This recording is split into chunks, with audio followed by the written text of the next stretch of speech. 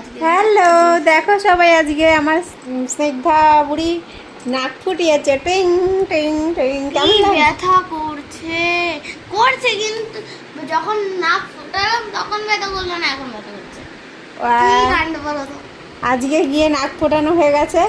আরে মা আমাকে বলেইনি নাক ফোটাতে, আমি নিজে নাক ফুটিয়েছি। মা বলছে ফোটাবি, লাগবে না না চুচ্ছি। আমরা না, কিছু হবে না, কিছু হবে না। আমি অত সিরিয়াস ছিলাম না।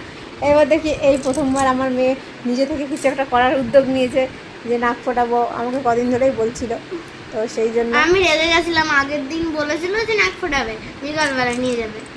আমি রেগে গেছি। আমাকে কেমন তারপর আজকে ওকে কেমন লাগছে সবাই কমেন্ট করে জানাবে। আর নাকের ভিতরে সুসি লাগছে। নাকের ভেতরে সুসি লাগছে, ওটা ঠিক হয়ে যাবে 2 দিন পরেই। ও একটু ব্যথা আছে তো ওই জন্য একটু বেশি ওরকম মনে হচ্ছে। নাকের খুলে দেবো বলেছে। আচ্ছা, না নতুন নাকের পরে ওকে কেমন লাগে তোমাদের সাথে সেটাও দেখাবো। বাই।